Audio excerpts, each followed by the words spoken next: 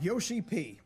Someone who really is being, well, made myth. I mean, he's talked about in such a way. The savior of Final Fantasy. A man celebrated for carrying the franchise out of the fire that the PlayStation 3 era left it in. But he's not just Yoshi-P, subject of much internet worship.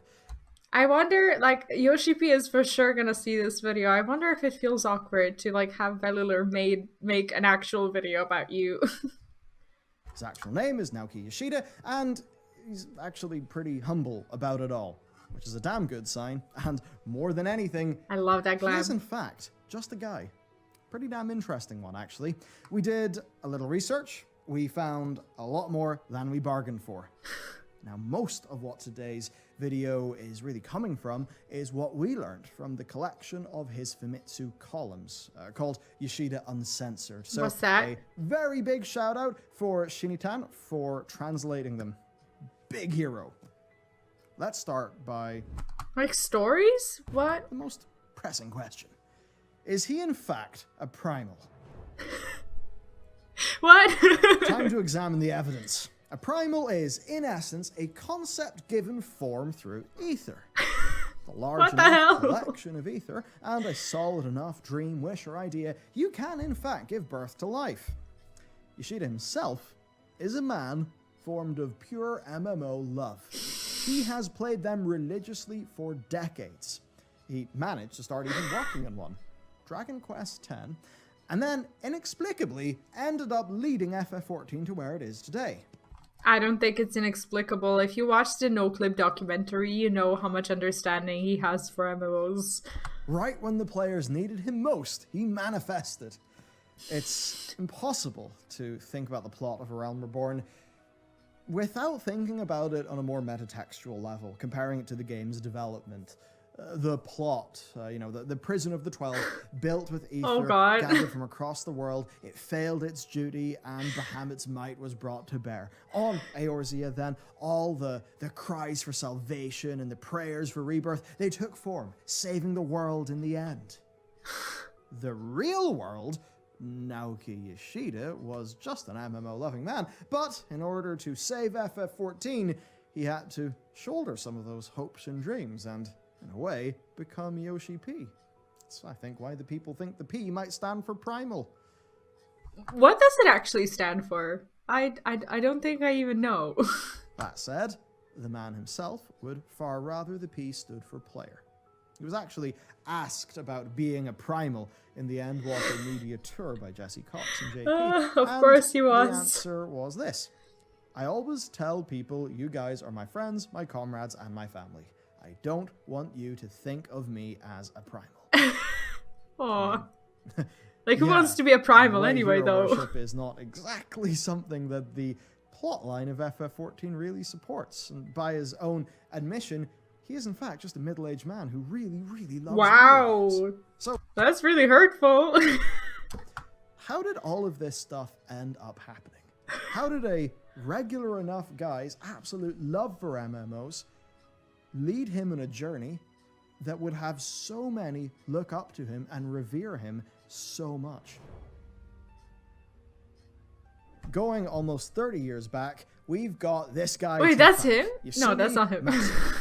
Specifically for creating this game. Yoshida has said before that Tactics Ogre let us cling together all the way back in 1995. That is the game that inspired him to build his I am embarrassingly enough never heard of it. career toward working on a game with Matsuno himself. While it's not an MMO, experiencing the world of Tactics Ogre and later Final Fantasy Tactics very much highlights how the world building of FF14 got its roots. To put it into words, it's like, man, you guys know everything. At this point, I'm starting to feel like I've spent my life playing the wrong games, because you don't know any of the games that I played, and y'all just played like Square Enix games and like Final Fantasy whatnot, and I just never have. European medieval fantasy focused on the personal impact of political intrigue. There's another game then that inspired Yoshida heavily. It was a few years later, and it's one you might recognize. It was, of course, a groundbreaking entry from a young and promising company called Blizzard Entertainment. sucked up a lot Promising. of young adult Yoshida's time.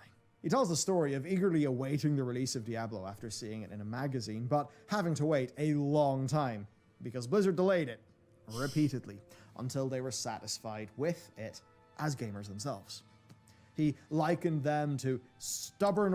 Still remember seeing the small pictures printed in a PC game magazine and eagerly looking forward to the game's release after reading that article. I guess talking about Diablo. By the way, the game got delayed over and over after that article, so it was quite a long wait. At the time, Blizzard Entertainment said, "We won't release the game until we're satisfied with it as gamers." Like a stubborn old man that had too much pride in his work. Meanwhile, the players were impatiently waiting for more news. Like, you can see that in FF14. Like, I think they've actually kept this kind of attitude, but spinned it the right way. Like, Endwalker wasn't released until they were happy with it, but once it was released, everyone was happy with it. An old man with too much pride, but it clearly worked because he and his colleagues played it for... When the game was released, we used our company's internal LAN to play to our heart's content, completely ignoring our work. Before long, our Diablo group, myself included, was running out of spots to hold our items and fretting about where to store them. There, my senior came up with an incredibly reckless idea. He started up a game world on a company PC with a character named Chinkyu, squared, and exterminated all of the monsters in each floor so that we could store our items there. That PC was kept running 24/7. Like, it's kind of endearing to read about Blizzard's Diablo. Yeah, I get that. Like, I like that, like, you can see, like, the way old Blizzard was, that there was actual passion in creating games and, you know, playing your own games and having fun with them. Like, I wonder how many people over there now play WoW and actually enjoy it. For hours and hours on their internal LAN, even skipping work to do so. This is, in fact, where his love and reverence for Blizzard games kicked off. He said many times he would love to work with Blizzard someday, and of course, he has in fact been spotted at... Never thought I'd see Yoshi-P next to something I made. I'm shook. Thank you, Dagger, for asking me to make something for the... Aww. BlizzCon. He really has been pretty much a lifelong fan, and he always makes it clear that A Realm Reborn would not exist without World of Warcraft. But Diablo and Blizzard was just a stepping stone. What it really did was start a lifelong affair with the entire genre of online games. Like many of us, he did not just dabble in MMOs. He lived MMOs. In fact, he loves them so much, he confessed to having 4 separate... It's important to research a provider in advance before signing a contract with them, but in the end, you won't know if there are delays or packet loss without actually trying it, because your home location is a factor. The destination IP address also matters. It's normal to experience lag in some games, but not okay. The risk of delays and packet loss is very high when connecting to foreign name servers because packets have to travel through undersea cables. I think it's very important to understand your internet environment, so please try these tests. What is this? Since this is so important to me, I'm actually signed up with 4 service providers. Whenever I think the lag is getting bad, I switch to a different connection. Each company has different equipment setups, so use whichever connection is best suited for the game at the time. It can be done instantaneously through a router. You can never be too prepared, although I guess 4 connections is overdoing it, but canceling contracts is a pain. Contracts at once, so that he could actually just swap his connections in case one service's routing resulted in packet loss to foreign game servers. Seriously, this guy, he was serious. 4 different connections. Of all his MMO exploits, though, Dark Age of Camelot was the most vicious. For the 6.5 years he played it, he says it was a lifestyle. So these are basically Yoshi's quotes on, like, his gaming experience and different stuff. It's actually pretty cool to read it. Ever since Diablo came out in 1997, I lived the life of an MMO junkie at the cost of getting work done. The game I played for the longest period of time was an MMORPG called Dark Age of Camelot. I started during beta and continued playing for about 6.5 years. Geez, my entire lifestyle before that, and I would forget to eat meals because of it. Yeah, you have like 2 types of gamers. You have the ones who like start playing and never finish their food, or the ones who have food all around them and just continuously eat while they're while they're playing. As you know, I always have food laying around. Luckily, I also have fast metabolism. Jeez. Style, right down to skipping meals just to play more. Kind of ironically, he started playing Camelot because he got too addicted to EverQuest, and he wanted to play a game that, well, would eat up less of his time. And he actually ended up playing Camelot so much that when he met someone from the development team while working on FF14, they actually remembered his Camelot character. Right? And that's just from how much PvP he did. That's a lot of PvP. One anecdote from Yoshida Uncensored really does stand out. 14 years ago, I was working for a very small company. I draft game designs by myself, promote our products to clients, make budget estimates, and lead projects. I was basically a jack of all trades. I'd be in the office 14 hours a day, a workaholic that couldn't differentiate between work and fun. Although it's even worse now. Perhaps because he pitied me. The director allowed me to bring my personal PC to work. Of course, I couldn't connect to it to the company internet so that I could play my beloved MMORPGs at work under the guise of research. Such a blessed arrangement. I built a PC and placed it at my desk so that I could stay logged in even from work. It was like a dream. I would focus on my work, tapping away at my keyboard, but also monitoring my gaming PC in the corner of my eye. If I saw a rare monster spawn, I swapped to the other mouse and keyboard at the speed of light. That's hilarious. I actually completely resonate with this. Like, I don't think I'd even have time to play games if I wasn't if I didn't decide to do content for it, because basically doing content is kind of my excuse. That's a very small company he worked for in the past. He was working around 14 hours a day doing the work of multiple roles. His boss, out of pity, according to Yoshida, let him bring his own PC in so that he could research other MMORPGs while he was on the clock. Now, he said it was like a dream, working away, of course, but being able to swap to his other PC whenever he spotted a rare mob spawn. He'd only have to log out for 30 minutes to make his way home, and then he could get right back to the game. The anecdotes littered throughout his columns show that he's had every experience an MMO vet could have. He met friends from Diablo in Ultima Online, and as their guildmaster, he got viciously scammed. He was trying to sell 2 weeks worth of mining materials, which was enough to buy a house for the guild, but he fell for a very basic Ultima Online scam. See, in Ultima Online, you had to hover over a pile of gold to see how much gold it was. The pile of gold icon could actually mean anything from 6 gold to 60,000 or more, just any number greater than 6. Okay. Now, he did what was right. The first time, he confirmed. He hovered over. 64,000 gold. It was there.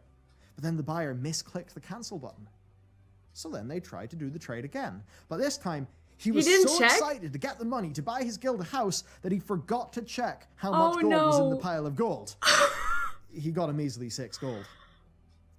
Thankfully, he vented his frustrations to a Japanese Ultima Online forum, and then the leader from a huge guild reimbursed him. Oh, wow. He gave him a set of armor that he treasured for the rest of his Ultima Online time.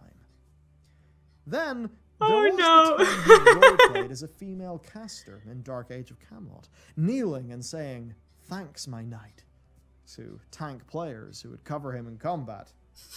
Until one of his regular allies thought he actually was a girl, and it got very awkward very fast. So, after accidentally breaking a young man's heart, Yoshida decided to stop roleplaying. What kind of Japanese girls do you like? As I was deciding how to reply, D cut in and said, "Why are you making a girl answer what type of girl she likes?" Valerie talked about awkwardness left over to chat. Selika is a girl, right? A Japanese high school girl. What the? He's an old man. Surprisingly enough, he claims to still be in touch with most of the people in the That's hilarious. Column. And with a variety of experiences like that, I think it's no wonder he loves MMOs so much. But he's not just about MMOs. So, who is Yoshi-P? It's hard to get a complete picture. As far as we know, of course, he works, he plays FF14, and we really do know that he actually plays a hell of a lot of the game for fun.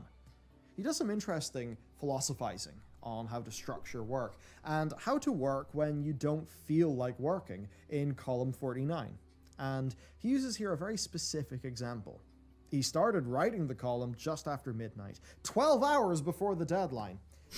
Because instead of doing it the day before as he had planned, he actually just went and cleared some Alexander Savage fights instead. Just casually went and cleared. And even when writing the column later that night, he was just fighting the urge to log in and do Thordan Extreme.